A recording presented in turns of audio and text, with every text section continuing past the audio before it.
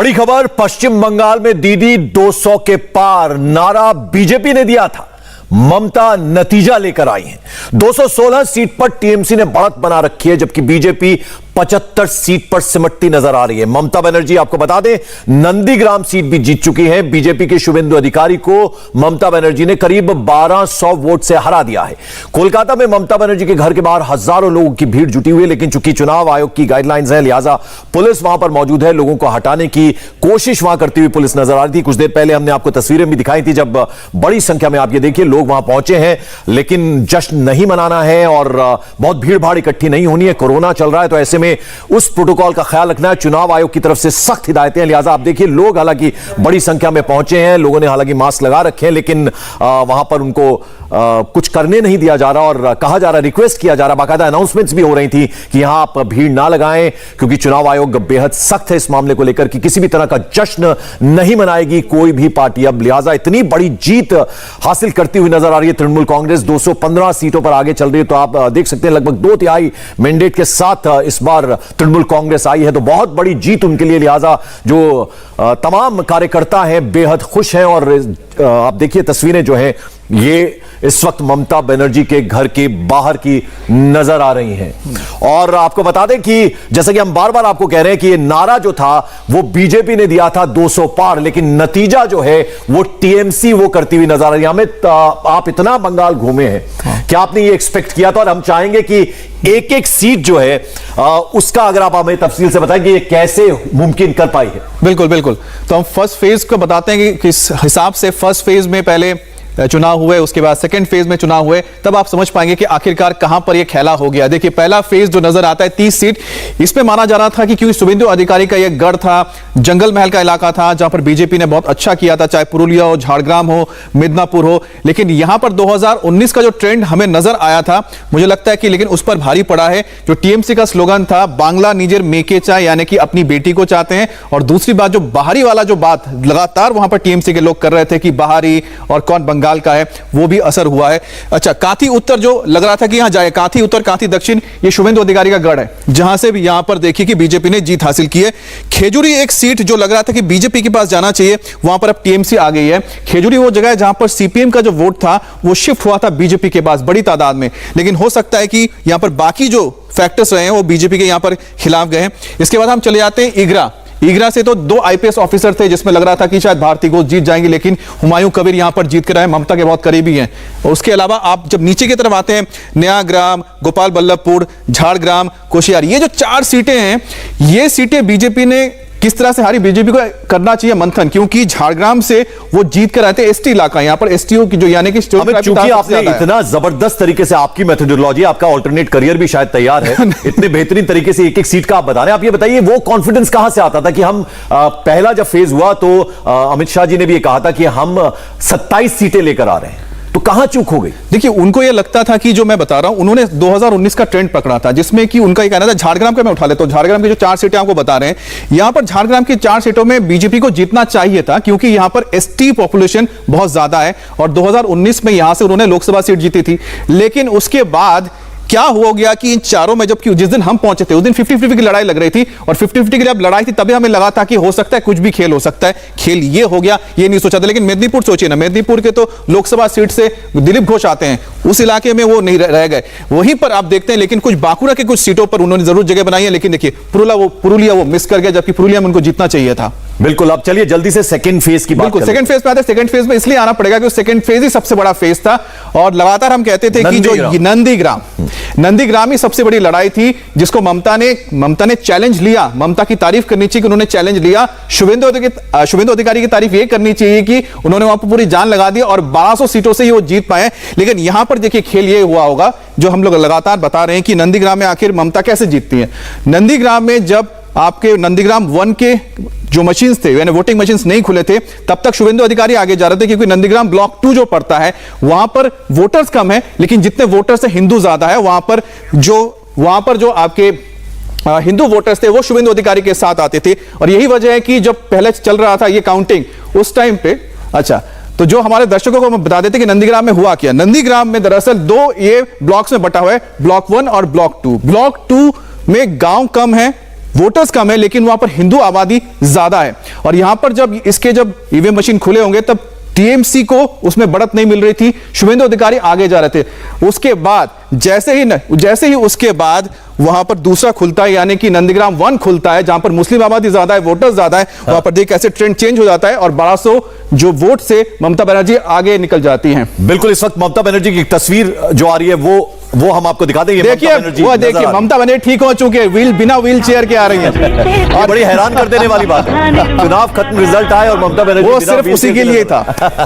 तो ये आप देखिए, पहली तस्वीर हम अपने दर्शकों को दिखा रहे हैं। ममता बनर्जी शानदार जीत हासिल की है इस बार के विधानसभा चुनाव में, नंदीग्राम सीट भी जीत गई हैं। अमित, क्या कहेंगे इस तस्वीर पे? आपने पूरा चुनाव कवर किया है, व्हील चेयर पर नजर आती थी, आपने कितनी बार बाइट्स उनके लिए, लेकिन आज चुनाव खत्म, रिजल्ट उनके फेवर में, व्हील चेयर हट गई।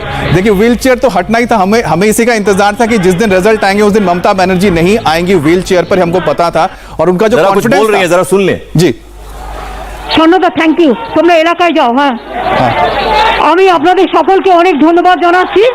मैं सभी का धन्यवाद আপনারা অনেক খেটেছেন करती हूँ, आप लोगों ने बहुत সকলে काम ভালো किया है। থাকুন, সুস্থ থাকুন, आप लोग स्वस्थ रहिए কোভিডের প্রোটেকশনটা মেনটেন করে চলুন। और कोविड को लेकर अपने प्रोटोकॉल को मानिए, अपने आप को बचा के चलिए। ममता कार्यकर्ताओं से कह रही है। বলবো তার আগে আপনাদের আমি অনুরোধ করব, বিজয় মিছিল এখনই না করে आप लोग विजय जुलूस अभी नहीं निकालेंगे। আসুন আমরা বিজয় মিছিল সম্বন্ধে যা সিদ্ধান্ত নেওয়ার একটু পরে 6টার পরে हम 6 बजे के बाद बात करेंगे, उसके बाद बताएंगे कि हमें विजय जुलूस कब निकालना है। আস্তে আস্তে বাড়ি ফিরে যান এবং धीरे-धीरे आप लोगों से अपील है कि आप घर वापस जाइए, কোভিডের জন্য যত্ন নিন, বাড়ি গিয়ে টান টান করে গরম জলে अच्छी तरह से घर जाइए, अपने आप को क्लीन करके कोविड से बचाएं। ममता बनर्जी कार्यकर्ताओं से कह रही हैं। জন্য কাজ করা, ঠিক আছে? অনেক ধন্যবাদ, অনেক অভিনন্দন। सभी को धन्यवाद। বাংলার মানুষ, বাংলার জয়, বাংলার জয়, बंगाल के लोगों की जय, बंगाल की जय। ममता बनर्जी, उनके साथ अभिषेक बनर्जी की जो बेटी है वो भी नजर आ रही थी। और यहां पर एक साफ है कि ममता बनर्जी का जो बॉडी लैंग्वेज है बता रहा है कि क्या कॉन्फिडेंस है। अमित, जरा ये बताइए, अब देखिए व्हील चेयर हटी, क्या व्हील चेयर काम कर गई? बिल्कुल क्या सहानुभूति काम कर गई? क्या महिलाओं ने बढ़ चढ़कर वोट दिया, मिडिल क्लास ने वोट दिया? यानी वो जो तमाम चीजें लग रहा था कि ये फायदा नहीं देंगी, नुकसान कर सकती हैं, वो सब चीजें फायदा देती हुई नजर आ गई। नहीं, मुझे लगता है कि ममता बनर्जी को आप समझना होगा, ममता बनर्जी भले व्हील चेयर पर गए हो लेकिन व्हील चेयर का असर उतना ज्यादा नहीं था। अभिषेक बनर्जी उनके साथ नजर आ रहे हैं, देखिए उनकी बेटी को हमने देखा था, बेटी उनके साथ थी। और यहाँ पर अभिषेक बनर्जी, जिन्हें एक तरह से डिफेक्टो सीएम कहा जाता है और ममता के उत्तराधिकारी हैं, और इस बार जो चुनाव हुए थे तो अभी आपने जो छोटी बच्ची देखी थी ममता बनर्जी के साथ, जैसा मैंने बताया था, वो अभिषेक बनर्जी की बेटी है।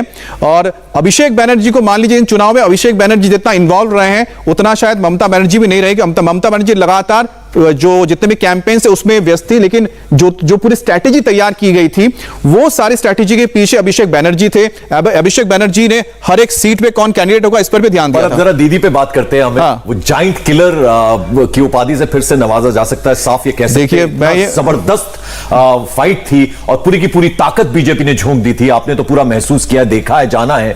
इसके बावजूद 214 पर टैली जा रही है, क्या कहेंगे आप? देखिए 214 पे टैली जा रही है और उन्होंने 200 बोला था, लेकिन देखिए 14 सीटें और ज्यादा वो लेकर आ रहे हैं। ममता बनर्जी की हमें उनकी तारीफ इसलिए करनी होगी कि उन्होंने चैलेंज लिया और सीधे चैलेंज लिया।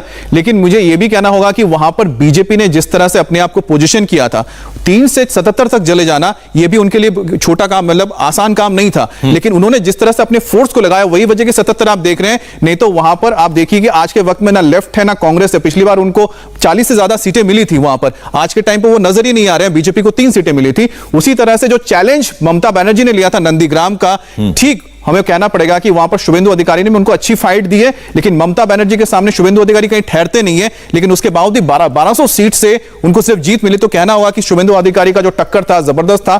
ममता बनर्जी का बॉडी लैंग्वेज हमेशा से बहुत कॉन्फिडेंट रहा है। जरा सवाल, तो अगर शुभेंदु अधिकारी बीजेपी के साथ ना होते तो ये जो 77 की टैली नजर आ रही है, तो इसमें 30 सीट और कम कर दीजिए।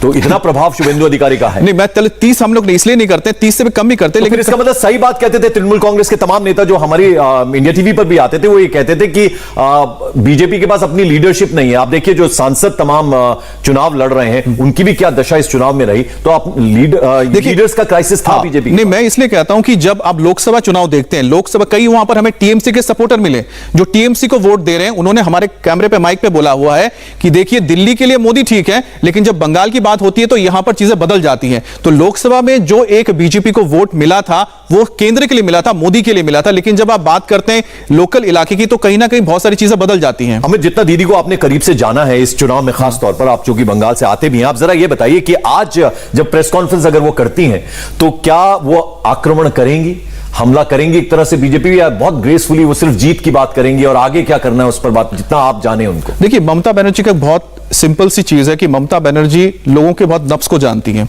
वो जब बोलेंगी वो अपने वोटर्स को एड्रेस तो करेंगी और साथ ही साथ वो जो विरोधी हैं वो विरोधियों को बख्शेंगी नहीं जी, विरोधियों को बख्शेंगी। आपको बता दें कि ममता बनर्जी पहली बार इस जीत के बाद मुखातिब हुई लोगों से, उन्होंने तमाम कार्यकर्ताओं को क्या कहा एक बार फिर से आपको सुनवाते हैं। আমি আপনাদের সকলকে অনেক ধন্যবাদ জানাচ্ছি, আপনারা অনেক बहुत बहुत ধন্যवाद कहती हूँ। সকলে ভালো থাকুন, आप सब लोग बहुत अच्छे रहें कोविड এর প্রোটেকশনটা মেইনটেইন और कोविड को देखते हुए अपना ख्याल रखिए, सुरक्षित रहिए। করিনি আমি প্রেসকে মিট করে কিছু কথা বলবো, मैं अभी प्रेस के लोगों के साथ मुलाकात करूंगी, फिर कुछ बातें रखूंगी उनके सामने। এখনই না করে अभी आप लोग विजय जुलूस नहीं निकालेंगे, विजय जुलूस को लेकर 6 बजे के बाद हम लोग एक बातचीत करेंगे, उसके बाद तय होगा कब विजय जुलूस निकालना है। একটু পরে 6টার পরে আমি প্রেস করব। আপনারা সারা দিন খুব খেটেছেন, सारा दिन आपने बहुत मेहनत की है, आप लोग घर जाइए, अपने आप को स्वस्थ रखिए, सुरक्षित रखिए कोविड से, और कोरोना को देखते हुए अपने आप अपना जरूर ख्याल रखें। और साथ में आपको जो छोटी बच्ची नजर आ रही है, ये अभिषेक बनर्जी की बच्ची है, बेटी है, जो ममता बनर्जी के साथ है, और अभिषेक बनर्जी भी इस वक्त मौजूद है ममता बनर्जी के साथ। বাংলার জয়, বাংলার জয়, बंगाल के लोगों की जय और बंगाल की जय, ममता बनर्जी ने ये अपने समर्थकों से कहा। ये ममता बनर्जी के घर के बाहर की तस्वीर आप देख रहे हैं, और 6 बजे का भी जिक्र किया अमित उन्होंने। तो ये ममता बनर्जी कालीघाट जहां पर है, भवानीपुर में पड़ता है, ममता बनर्जी का जो पुराना घर है उसके पास का इलाका है, और ममता बनर्जी का पूरा परिवार यहीं रहता है। और ममता बनर्जी यहाँ पर जो सबसे स्ट्राइकिंग है, व्हील चेयर नहीं है, व्हील चेयर हट गया है। वो हमें लगा था कि शायद जिस दिन 26 तारीख को पोलिंग थी उसी दिन लग रहा था कि शायद ममता बनर्जी शायद कुर्सी छोड़ दें, यानी कि व्हील चेयर छोड़ दें, लेकिन उस दिन नहीं छोड़ा, आज उन्होंने छोड़ा है। जिस सिंप्लिसिटी के लिए वो जानी जाती थी, जब रेल मंत्री थी, हम देखते एक छोटी सी जेन कार में वो चला करती थी, अब जब से वो मुख्यमंत्री हैं 10 साल उनको हो गए और अब अगला टेन्योर वो संभालेंगी, कितना बदलाव आया है उनमें? बदलाव तो इस घर के बारे में बताइए। मैं कहता हूं उनके घर में तो बदलाव नहीं आया, लेकिन उनके थोड़े से आगे आप जब जाते हैं तो अब जाके आपको अभिषेक बनर्जी का घर देखना चाहिए कि क्या आलीशान घर है। वो इसमें नहीं घूमते, वो भी एक महंगी कई लाखों की गाड़ी में घूमते हैं। तो कुल मिलाकर हम ये कह सकते हैं ममता बनर्जी भले ही उनकी सादगी आपको नजर आती है, लेकिन उनके भतीजे की जब बात होती है तो उनके भतीजे की जो सादगी है वहां पर वो नजर आता है कि उनके पास एक आलीशान बंगला है, उनके घर के बाहर जबरदस्त वहां सिक्योरिटी रहती है। वो जब मूव करते हैं अभिषेक बनर्जी तो उनको सिक्योरिटी ऐसे मिलती है कि जैसे कि मुख्यमंत्री जा रहा हो, डिफेक्टो मुख्यमंत्री माना जाता है। बिल्कुल, और शायद कुछ जिक्र किया 6 बजे का जिक्र किया। 6 बजे ममता बनर्जी ने बोला है कि 6 बजे के बाद यह तय होगा कि आखिरकार उनको जुलूस कब निकालना है, और अब से थोड़ी देर में ममता बनर्जी ने खुद कहा है कि वो प्रेस के साथ बातचीत करेंगी, जिसका आप जिक्र कर रहे थे, वो जवाब भी देंगी, अटैक भी करेंगी। बिल्कुल, हमारे साथ 2 खास मेहमान जुड़ रहे हैं, जरा उनका परिचय करवा दें हम आपसे। राजीव प्रताप रूडी साहब जुड़ रहे हैं, बीजेपी के दिग्गज नेता हमारे साथ, और राजेंद्र चतुर्वेदी साहब, आप तृणमूल कांग्रेस के नेता। आप दोनों का बहुत बहुत स्वागत इंडिया टीवी पर। रूडी साहब, पहले तो आप ही के पास आना चाहेंगे हम। 200 का नारा दिया था, 200 पार का नारा, और आज ठीक उसके उलट ये काम तृणमूल कांग्रेस ने कर दिखाया। सर, कहां चूक हो गई? देखिए, आपको ये चूक लग रहा होगा, स्वाभाविक है कि चुनाव लड़ने हम जाते हैं तो हम अपना दावा करते हैं, और दावा के हिसाब से परिणाम ना निकले तो फिर उसको आप याद करके कहते हैं कि ये चूक हुई। ये बात सही है कि ममता दीदी का एक अच्छी जीत हुई है, लेकिन एक बहुत बड़ी जीत भारतीय जनता पार्टी की हुई है। शायद इस बात को आप स्वीकारने से कतरा रहे हैं, क्योंकि जहां हम खड़े थे पश्चिम बंगाल में, वहां से हम बहुत आगे चल के आए, और ये तो भारतीय जनता पार्टी का इतिहास रहा है कि लोकसभा में भी जहां 1984 में हम 2 सीटों पर थे, लंबे यात्रा के बाद हम आज देश की सरकार में 303 की बहुमत के साथ हैं। तो हमारे लिए तो आज उत्तर प्रदेश के जनता को और उत्तर प्रदेश के लोगों के इस बात का आभार व्यक्त करना चाहेंगे कि उन्होंने एक प्रतिपक्ष ढूंढ निकाला, एक अच्छा प्रतिपक्ष जो राष्ट्रीय स्तर का पश्चिम बंगाल में ढूंढ निकाला, और वही उस राज्य में जहां एक समय। सर, ये सवाल इसलिए पूछा था मैंने, सर रूडी साहब, ये सवाल इसलिए पूछा था कि जो बच्चा हमेशा अव्वल आता हो, फर्स्ट आता हो, वो सेकंड थर्ड पोजीशन पर थोड़ा हैरान करता है ना। जिसको अव्वल आने की आदत पड़ गई हो, वो आप कहे कॉन्सोलेशन में शांति मिल जाए उसको, वो कहे कि हाँ हम 76 आ गए। नहीं, आप जो कह रहे हैं वो तो चर्चा का एक विषय है और आज शाम की चर्चा का एक विषय है, लेकिन हम अपनी कामयाबी को देखेंगे। ये तो उसी प्रकार से देखा जा सकता है कि आज मुझसे आप पूछिए तो मैं कहूंगा कि ग्लास आधा खाली है या आधा भरा हुआ, और मुझे तो अपने पार्टी का ग्लास आधा भरा हुआ दिख रहा है। और पश्चिम बंगाल में हम वैसे अच्छा राजीव जी, जो कल तक, चलिए आपको हम इस बात की मुबारकबाद देते हैं कि आप 3 से 77 या 75 तक पहुंच गए, इसके लिए आपको बहुत बहुत बधाई। लेकिन ये तो बताइए कि ममता बनर्जी को हराने के वक्त जो शुभेंदु अधिकारी ने कहा था कि 50,000 वोट से हराएंगे, 1200 वोट से वो जीत गई हैं। देखिए, चुनाव मैदान में हर आदमी कोई जाता है तो ये तो नहीं कहता है कि मुझे वोट देना, मैं हारने वाला हूं। वो हमेशा दावा करता है। अगर आप भी कहीं चुनाव लड़ने कभी जाइएगा जिंदगी में तो यही दावा कीजिएगा, चाहे परिणाम जो भी हो। जिसको 1000 वोट भी ना मिलने वाले होते वो भी कहता है कि दावे के साथ। और ये पिछले राजनीतिक जीवन के 30 साल के चुनावी जीवन में मैंने देख रहा था कि जो बिल्कुल कहीं नहीं होता वो भी दावा करता, और यहाँ तो मजबूत लड़ने वाले व्यक्ति लोग थे। चलिए हम मान लेते हैं ममता बनर्जी कि आपने कहा कि एक दावा था, वो दावा चुनावी दावा था। अच्छा, लेकिन राजेंद्र जी, ममता बनर्जी जीतती हैं 1200 वोट से, और आपके लोगों ने, मैं नंदीग्राम में था, आपके लोगों ने कहा था कि 1 लाख वोट से जीतेंगे, 1200 वोट से जीते हैं। देखिए, यहाँ पर जो सवाल उठ रहा है, रूडी जी ने कहा कि जनता के सामने वादे किए जाते हैं और इस वादे को चुनावी वादा उन्होंने कहा। तो चुनावी वादा या जनता के सामने झूठे वादा के लिए ये लोग मशहूर हैं, इसमें कोई दो राय नहीं है। तो आपने भी तो कहा ना 1 लाख वोट से जीतेंगे, 1200 वोट से जीती है, मुख्यमंत्री थी वो। हम लोगों ने नहीं कहा, वहां की जनता ने कही। सर, आपके नेताओं ने बोला है, आपके नेताओं ने कैमरे पे बोला है 1 लाख वोट से जीतेंगी दीदी। हाँ जी, हाँ, तो चुनावी जो जैसे बोला जाता है, रूडी साहब जो मान रहे हैं। अच्छा, आप लोगों ने भी जुमला ही दिया था चुनावी, ठीक है, चलिए अच्छी बात है। एक चीज पे तो कॉमन प्लेटफॉर्म पे हम लोगों ने नहीं, आप इसको गलत तरीके से अगर पेश करें तो अलग बात है। हम लोगों तो जुमला नहीं दिए, नहीं तो आज आपको दिखना चाहिए था इस दिन पे। नहीं, हम तो आपकी तारीफ कर रहे हैं कि आप वापस तीसरी बार आ रहे हैं, तीसरी बार सरकार बता रहे हैं। नहीं, हमारी बात को थोड़ा बोलने दीजिए, तभी तो। अगर बीच में ही आप काट दीजिएगा तो गलत मैसेज चला जाएगा।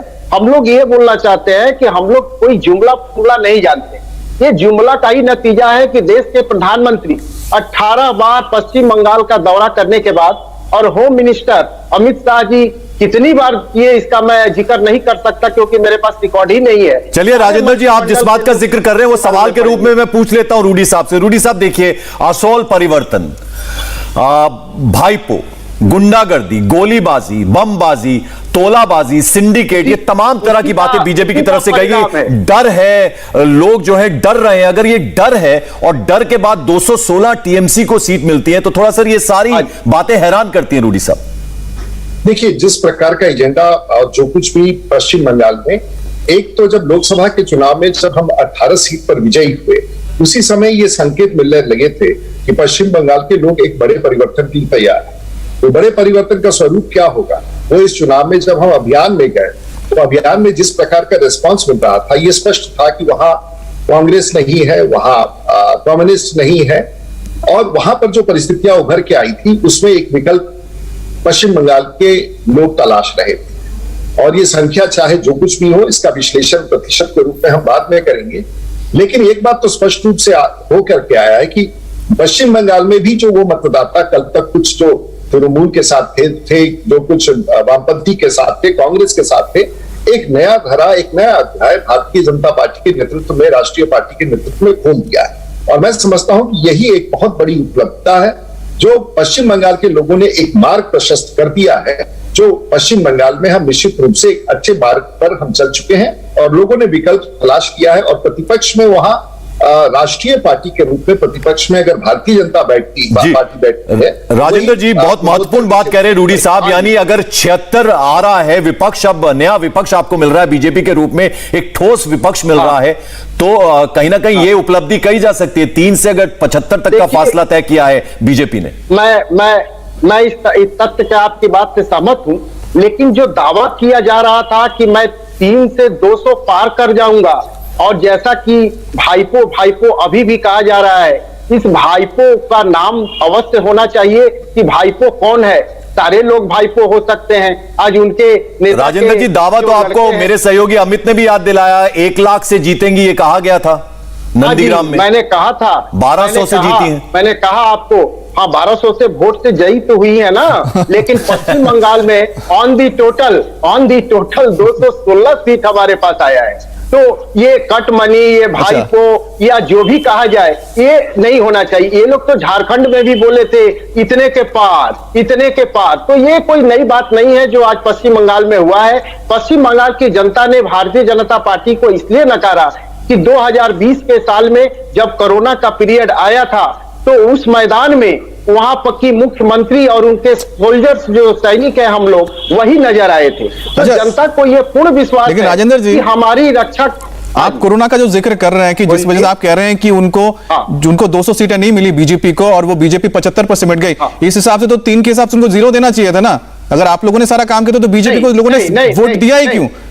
वो टीम उसको दे देते, कांग्रेस को दे देते, सीपीएम को दे देते। मैं बता रहा हूं सारे विपक्ष का वोट जो 2019 साल में पोलराइजेशन हुआ था वो बीजेपी की तरफ गया था। वहां के लोगों का जो आप देख रहे हैं सीट के माध्यम से, उसके कुछ लोग जो है अवश्य बीजेपी को वोट दिए होंगे, लेकिन ये पोलराइजेशन ऑफ वोट्स नहीं कहा जाएगा। ये एब्सोल्यूट मेजॉरिटी के बाद भी अगर कोई प्रश्न बाकी रह गया हो तो ये मेरे ख्याल से आप आपकी देखिए एंकर हो, आपको मालूम नहीं राजेंद्र जी, देखिए हम आपकी इसकी हम तारीफ ही कर रहे हैं कि जिस तरह से ममता बनर्जी ने चुनाव लड़ा उसकी तारीफ करनी पड़ेगी। तीसरी बार वो मुख्यमंत्री बन के आ रही हैं, इसमें कोई दो राय नहीं है। लेकिन तारीफ बीजेपी की इसलिए करनी पड़ेगी कि बीजेपी सबसे बड़ी आपकी विरोधी पार्टी बन के विपक्ष में बैठने जा रही है। लेकिन रूडी जी से सवाल है। रूडी जी, जिस तरह से टीएमसी ने लगातार बोला कि बीजेपी के लोग बाहरी हैं, उनके नेता बाहरी हैं, इस नैरेटिव को आपको मानना पड़ेगा कि टीएमसी के लोगों ने, नेताओं ने जमीन तक पहुंचा दिया, वरना ये रिजल्ट नहीं होते। देखिए, हर पॉलिटिकल पार्टी अपना नैरेटिव सेटअप करता है और इसमें अगर उन्होंने ऐसा नैरेटिव सेट करना चाहा तो मुझे आश्चर्य लग रहा है कि भारतवर्ष के भीतर रहने वाले बाहरी अगर एक प्रदेश में हो तो उस राजनीतिक पार्टी का क्या सिद्धांत हो सकता है। कई सारी राजनीतिक पार्टियां इस देश में अपने क्षेत्रीय राजनीति के आधार पर जमी रहती है। हो सकता है कि उनकी ये राजनीति सफल हो, लेकिन ये राष्ट्रव्यापी राजनीति का स्वरूप नहीं हो सकता है। और मेरा ऐसा मानना है कि देखिए, जब भी आप बात करते हैं भारतीय जनता पार्टी का, और जैसे राजेंद्र जी बोल रहे थे, बधाई, आप जीते हैं तो भाई स्वीकार करना ही होगा, आपकी मुख्यमंत्री बनेगी। लेकिन एक बात याद रखिएगा, हम प्रतिपक्ष में बैठने वाले हैं और बड़ी संख्या में बैठने वाले हैं। और 1984 में हम लोकसभा में 2 सीटों पर थे, 2004 में और 2014 में हम 289 पहुंचे और 2019 में हम 303 पहुंचे। सर, इस अचीवमेंट से बिल्कुल, इस अचीवमेंट को हम नकार नहीं सकते रूडी साहब, लेकिन जब हारता है कोई पार्टी तो इंट्रोस्पेक्शन का वक्त होता है। सर, जहां जहां हमने देखा है कांग्रेस आपके विपक्ष में होती है, कांग्रेस के साथ मुकाबला होता है तो आप जीतते जा रहे हैं। कांग्रेस मुक्त भारत की भी बात आपने कही तो काफी हद तक आपने वो करके भी दिखाया। लेकिन हमने देखा दिल्ली की मैं बात करूं, हमने झारखंड का चूंकि जिक्र किया, राजेंद्र जी ने वहां का जिक्र करे, और अब पश्चिम बंगाल, जहां क्षेत्रीय पार्टी बहुत सॉलिड है वहां बीजेपी को नुकसान होता है। नहीं, मैं इससे नुकसान नहीं मानूंगा। मैं कई स्थान ऐसे गिना सकता हूं जहां क्षेत्रीय पार्टियां, लोकल पार्टियां थी, जिसके आगे आप पौंडीचेरी में ही देख ले, एक क्षेत्रीयता का स्वरूप था, वहां भारतीय जनता पार्टी आ रही है। आप कह देंगे वो छोटा सा राज्य है, लेकिन हमारे लिए छोटा सा राज्य नहीं, हमारे लिए वो केंद्र बिंदु बनेगा दक्षिण के राजनीति के। और यही अपने आप में हम कहना चाहते हैं कि भारतीय जनता पार्टी एक राष्ट्रीय पार्टी है, जिसके राष्ट्रीय सिद्धांतों के साथ, देशभक्तों के सिद्धांतों के साथ बाकी पार्टियां भी अपनी अपनी राजनीति करती हैं। और लेकिन जहां हम प्रवेश करते हैं वहां ये पहला छलांग था, दूसरा छलांग लगेगा तो शायद 2024 के चुनाव में परिणाम और कुछ निकलेंगे। इसलिए हम सब तो बहुत ही, सर मेहनत तो केरल में भी बहुत हुई थी रूडी साहब, मेहनत तो केरल में भी बहुत की थी आपने। हाँ ठीक है, और पौंडीचेरी में भी की थी, और तमिलनाडु में भी सीटों पर हम चुनाव लड़े थे, और अन्य राज्यों में भी किया था, और देश के पैमाने पर भी किया था। हमारा काम है एक राजनीतिक सिद्धांत को लेकर के, एक देशभक्ति, एक देशवादी सिद्धांत को लेकर के आगे चलने का। हम चल रहे हैं और हमारी कामयाबी है, और 2 बार हम लोग देश की सरकार में हैं, आगे भी हम सरकार में रहेंगे। चलिए राजीव जी, कम से कम आपके एफर्ट्स की तो तारीफ करनी पड़ेगी। जिस तरह से आपकी पूरी मशीनरी लगती है, जिस तरह से आप लोग कैंपेनिंग करते हैं, उसकी तारीफ तो करनी पड़ेगी। इससे तो शायद वो भी इत्तेफाक रखते हैं, हैदराबाद में हमने देखा, क्योंकि राजेंद्र चतुर्वेदी जी भी इससे इत्तेफाक रखेंगे। जिस तरह से आप लोग कैंपेनिंग करते हैं उसका कोई तोड़ नहीं है, लेकिन आपको तारीफ करनी पड़ेगी कि जिस तरह से 2 लोगों ने, एक तरफ ममता बनर्जी और दूसरी तरफ अभिषेक बनर्जी, इन दोनों ने जिस तरह से आपके बड़े बड़े लोगों का मुकाबला किया है, उसका नतीजा आप देख रहे हैं क्या है? नहीं, देखिए, चुनाव के परिणाम अगर किसी के पक्ष में आए तो उनकी जीत है, लेकिन मैं आपको दोबारा कहना चाहूंगा कि पश्चिम बंगाल में भारतीय जनता पार्टी की बहुत बड़ी जीत है। शायद इस बात को आप नकारना नहीं, हम इसको चाहें। मान चुके हैं, और मैं हमने इसको दोबारा माना है, कहना हमने बोला है। और जब चुनाव को जीतता है तो उसको फिर उस मौका देना होगा। राज्यपाल सर, मेरा पहला सवाल रूडी साहब आपसे यही था कि जो फर्स्ट आता हो, अव्वल आता हो, वो थर्ड, फोर्थ, फिफ्थ पोजीशन या कंसोलेशन प्राइज से कैसे सेटिस्फाई हो रहा है? वो थोड़ा सा आपसे सवाल था मेरा। नहीं, हम देखिए, आप क्या कहना चाहते हैं कि पूरे चुनाव में आप कहते हैं कि हर जगह हम लोग फर्स्ट आते हैं? ऐसा नहीं है। पॉलिटिकल प्रोसेस में हम कदम रख रख के चलते हैं और उसके आगे बढ़ने का जो भी हमारा प्रयास रहता है हम उसको करते हैं। और फर्स्ट का मतलब ये है जो आप देख रहे हैं पश्चिम बंगाल में, हम पश्चिम बंगाल में फर्स्ट है अपने आप को स्थापित करने में। और सभी राजनीतिक पार्टियों को बिल्कुल, वहां ना कांग्रेस है ना लेफ्ट। देखिए, वामपंथी तो वहां 35 साल से थे, कांग्रेस वहां 25 साल थे, कहीं नहीं है, एक सीट नहीं आया। तो हम फर्स्ट है। और लेकिन राजीव जी, पहला सबसे बड़े पॉलिटिकल वहां पर सीपीएम का ना होना या कांग्रेस का ना होना आपके नुकसानदायक साबित हुआ, क्योंकि जिस तरह से ममता बनर्जी ने अपील की थी, चिट्ठी लिख दी थी विपक्षी पार्टियों को एकजुट होने के लिए, देखिए वही हुआ कि उन्होंने शायद मैदान अपने छोड़ दिया टीएमसी के लिए। ना वहां पर वोट डिवीजन हुआ, मुस्लिम वोट डिवाइड हुआ, ना दूसरा वोट डिवाइड हुआ, पोलराइज। तो एक बाइपोलर इलेक्शन हुआ और बाइपोलर में आप देखिए किस तरफ मुड़ गया। नहीं, बिल्कुल सही है। और बाइपोलर इलेक्शन का परिणाम है कि एक बहुत ही रॉ ग्राउंड और एक बहुत ही सिंचित स्थान, एक संचित राजनीतिक स्थान भारतीय जनता पार्टी को पूर्वोत्तर में प्राप्त हुआ। मैं समझता हूं कि ये हमारे अगले छलांग की तैयारी है। और सचमुच में भारतीय जनता पार्टी के उस बड़े टीम का, जिन लोगों ने एक बड़ा कैंपेन, हमारा जो आर्सेनल है उसका तो अंश ही उपयोग हुआ था पश्चिम बंगाल में। फिर भी हम कहेंगे कि जो भी हमारे पास हमारे पॉलिटिकल कार्यकर्ताओं की ताकत भारतवर्ष की, और एक राष्ट्रीय पार्टी की पहचान, पहली बार एक राष्ट्रीय पार्टी, वामपंथियों को भी मैं राष्ट्रीय पार्टी नहीं कह सकता हूं। कांग्रेस एक बार हुआ करती थी पश्चिम बंगाल में, पहली बार अरसों के बाद एक राष्ट्रीय पार्टी की प्रतिपक्ष की भूमिका में पश्चिम बंगाल की धरती पर स्वरूप उभर के आया है। मैं समझता हूं कि ये भी बधाई के पात्र है। जो जीते हैं उन्हें बधाई, लेकिन भारतीय जनता पार्टी को इससे भी कहीं ज्यादा बहुत बहुत बधाई। रूडी साहब, आप बधाई दे रहे हैं, राजेंद्र जी आपको सुन रहे हैं। राजेंद्र जी, एक आखिरी सवाल आपसे है, क्या पासिंग ऑन द बैटन होगा या क्योंकि हम बड़ी भूमिका देख सकते हैं, ममता बनर्जी की बनारस का जिक्र भी हुआ था बार बार इन चुनावों में, क्या हम किसी और भूमिका में भी दीदी को देख सकते हैं आगे आने वाले वक्त में? देखिए, अगर जनता की पुकार है कि आज देश में जिस तरह से जो वादे किए गए थे बीजेपी के द्वारा, वो एक भी वादे आज तक पूरे नहीं किए गए।